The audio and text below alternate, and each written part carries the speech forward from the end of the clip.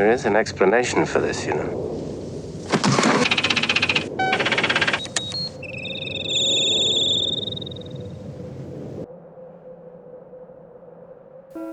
You have an out if you don't know and don't look any deeper than the surface. If you don't look any deeper than the surface, then you have one story. If you are engaged, if your humanity is engaged, now you have another story. And the movie kind of puts you on the spot. The Quiet Girl caught me off guard this week, and I wanted to share it with you because it's a rare kind of film that is just so well made. It's so unique that it deserves to be appreciated. And it's probably not what you think it is if you haven't seen it. It's just a good story. Heartfelt, doesn't talk down, but still feels rich in its storytelling. And it could change you a bit if you let it, in terms of what you accept as normal in life. Let's start with the title. Why is the girl quiet? Is this a niche movie about someone with a hearing impairment or something? No. She's quiet because her life just stinks. Her family is a mess. She's quiet because words sometimes don't help and only draw ire from everyone around you. Now, she has 4 sisters, this girl, who seem a bit more on the traditional side of growing up. But Kate, the quiet girl, and I'm Americanizing her name because I couldn't pronounce it as spoken in the film. Heart. It's spelled very close to Kate.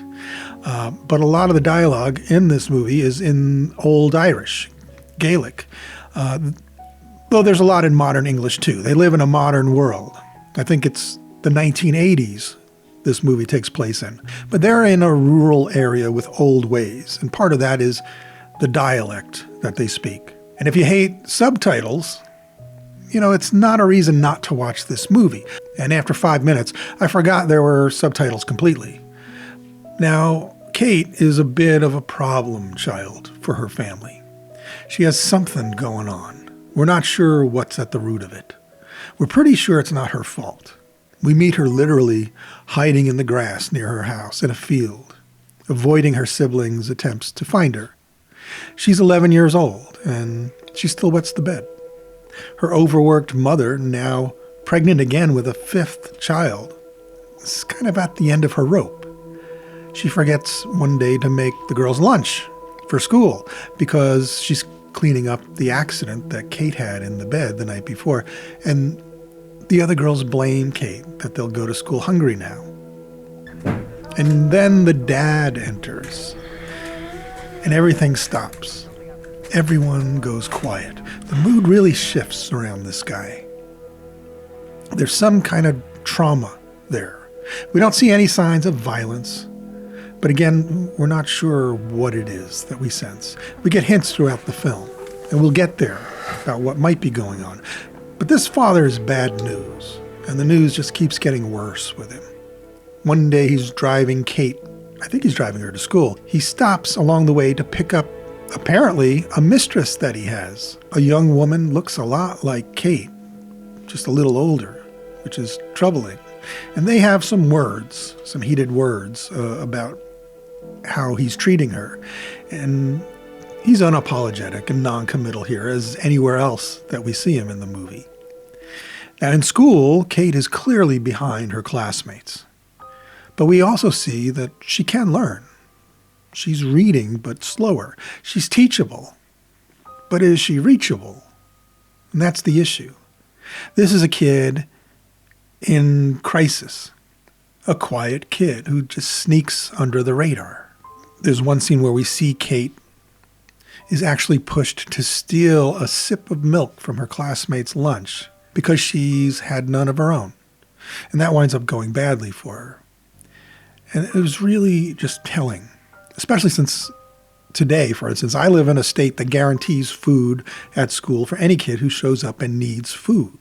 But Kate doesn't live in that kind of place or at this kind of time. Now, one day, with a baby boy on the way, the parents decide to send Kate off to live with mom's relatives. And they're an older couple, childless. They live 3 hours away. And then the dad grudgingly drives her there, puts up his manly show when they arrive, lies about how hard he's been working, has to get back to tend the fields. He's ungracious, ungrateful, acts like he's doing them some kind of a favor, and we'll get to why he acts that way in a minute. Anyway, he leaves. The dad's name is Dan. Gets out of there. Good riddance.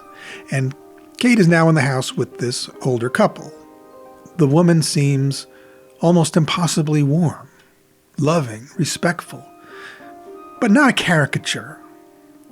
We start to realize that the needle has been set for our expectations in this film so low that any kind of love or trust or human warmth that we encounter just now seems out of place a bit. We have to get used to it again.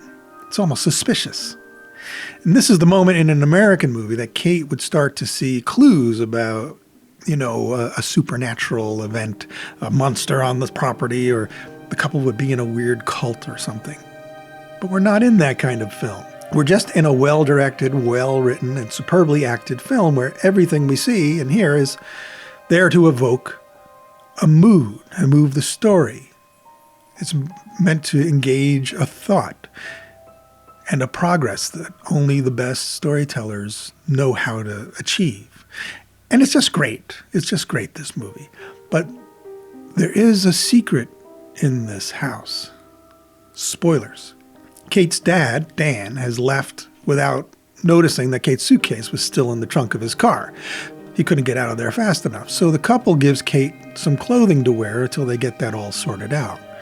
And it's boys' clothing. Late at night, Kate notices the wallpaper of her new room. It's very typically, for the time, a boys' bedroom theme, trains and locomotives. Later that same night, she hears a sound. Someone's entering her bedroom. Now, it turns out it's just the woman, whose name is Eileen, checking in on her. But that's enough to trigger Kate, and we start to make some connections. She has another accident in bed. Eileen and Sean had a child, it turns out, a boy, as you might have guessed. And they lost him to a tragic accident growing up on the farm. And they're scarred. So there's some psychological healing happening here, where they need to see that they really would have been good parents, really did deserve the warmth and love of a growing family, and really do deserve each other's forgiveness. But there's also some issues. Sean is distant at first from Kate, and he delays spending time alone with Kate. And when he finally does, taking her out on the farm, she wanders off, and he panics and snaps at her when he finds her, and that triggers a flight response in Kate, going back to her real father. And now Sean sees that he needs to be careful not to channel that kind of anger. It seems like there's been, maybe some abuse in Kate's past. He only snapped at Kate because the farm can be a dangerous place, and that's actually how they lost their boy. And the two types of dad being drawn here in this film start to diverge for us as we see Sean's true nature. But I was certain by the middle that Kate had been abused by Dan. And Eileen, at a certain point, seems almost certain of it. And that's part of the title. We wonder if this quiet girl was coerced into being quiet, threatened to be quiet by her abuser. And Eileen soothes Kate's trauma about not being able to trust adults because of that in one scene, without embarrassing Kate. And when she tells her, there are no secrets in this house. It's a very subtle message she sends Kate. She doesn't have to be quiet anymore. Now, Sean begins to open up as a dad, a proxy dad. He teaches Kate some things on the farm, and Eileen comes to realize that, this is not a second chance with her lost boy. This is Kate. She's an individual. And now they are no longer living in the past of their tragedy, but starting to know and understand and finally love this quiet girl. who herself is opening up more, seeing herself as capable, talented, unique, and, worth loving as an individual. And we see a lot of parallels between their two worlds. Where Kate's father loses their livelihood in a card game, these people have a penny ante card game every week where everyone remains friends. They enjoy a drink, but they don't become mean drunks. They accept her in the room without putting on airs or talking down to her. At one point, Kate asks where Sean has gone, and Eileen tells her he's gone to help a neighbor with something, and Kate is confused. And Eileen asks her, well, don't you go help your neighbors now and then back home? And we see from Kate's expression, no, they don't. They don't have that sort of connection with other people. And we start to think these good, decent people, Eileen and Sean, maybe they'll keep Kate and love her and give her a good life. They're exactly what Kate needs, and Kate is exactly what they need. And then toward the end of the summer, Kate's mom has had the baby. School is starting soon, and a letter arrives to bring Kate home. And I have not been this profoundly affected watching a movie in I don't know how long. We were teased a little earlier on, and the worthless dad Dan remarked, they can keep her as long as they want. And we got to thinking, well, win-win. But as with everything else that kind of man says, it was just the bullshit of that moment. And now Kate is expected to come home. And I really teared up watching them on the drive back. And the ending. The ending is on the word daddy. And I won't spoil it. I'll try not to spoil it. God, I want to tell you everything. But you just see two kinds of men, two kinds of fathers in the end. And it's the perfect summation, really, of what this channel is at its best. Not always, but at its best. The daddy and daddy-daughter movie night is, I hope, Sean. Because the reality is, and it hit me like a ton of bricks watching the movie, that there's more a Dan around today, even in this day and age, than we'd like to admit. This father of Kate's, we realize, this outdated, outmoded, unloving, miserable, entitled male cliche clown of a man from the days of, king of his castle, who's cheating on his wife after 5 kids with her, still spreading his DNA around like Johnny Appleseed, is the worst kind of man that any kid could possibly be cursed to have as a father. And he's all the worse because he's proud. And when Eileen here asks Kate if her folks would accept some money to help out, we learn that her dad would be insulted by that. He's the cause of everyone's suffering, and he's so proud of himself that he wouldn't even allow his kids to eat if it meant accepting help and calling into question his manhood for a moment. And I'll tell you, I feel bad for this actor because for a couple of days, his face was burned into my mind as someone who, if I saw him walking along, I'd want to run him off the road. It had a quality like After Sun a little bit for me in that depth of storytelling, things just under the surface. You could enjoy it at face value, but you could also think about it more and get more out of it. It is, I don't know if you've ever seen, if you've read Flowers for Algernon or one of those stories where someone gets a taste of humanity and then has it taken away.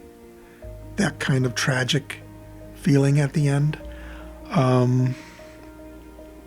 If you've seen, I think it's Stir of Echoes with Kevin Bacon. It's a Kevin Bacon movie where he's in a prison and the warden is an iron-willed, iron-fisted, manly man, and he gets thrown in solitary confinement for a year, and then the guards come and take him out, and he's in the fresh air of the yard, and he's all happy that he made it. And then they say, okay, let's go.